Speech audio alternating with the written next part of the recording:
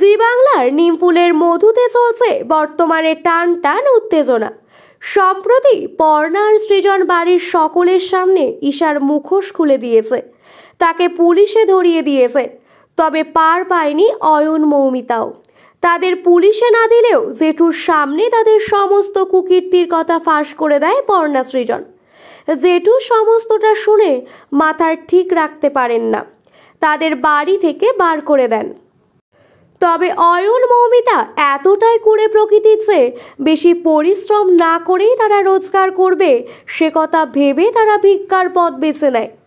অয়ন অন্ধ সেজে গান গাইছে আর মৌমিতা তাকে টেনে টেনে নিয়ে পাড়াময় ঘুরে বেড়াচ্ছে। এদিকে ছেলের চিন্তায় এক প্রকার শয্যা নিয়েছে জেঠি।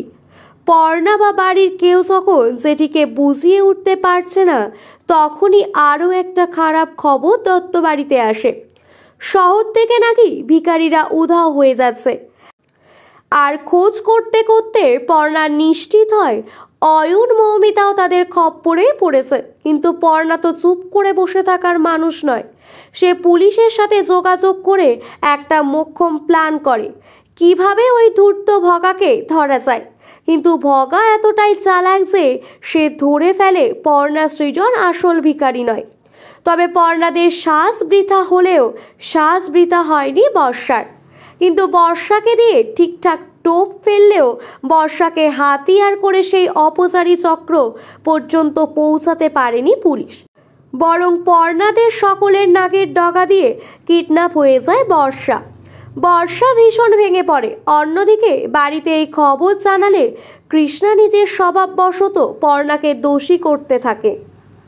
সৃজন কিছু বলতে গেলে তাকে একটা থাপ্পড় মারে কৃষ্ণা আর বলে, বোনকে তুই বিপদে ঠেলে দিয়েছিস, খুঁজে আনবি, না হলে পর্ণার দত্ত বাড়ি ফেরা হবে না আর।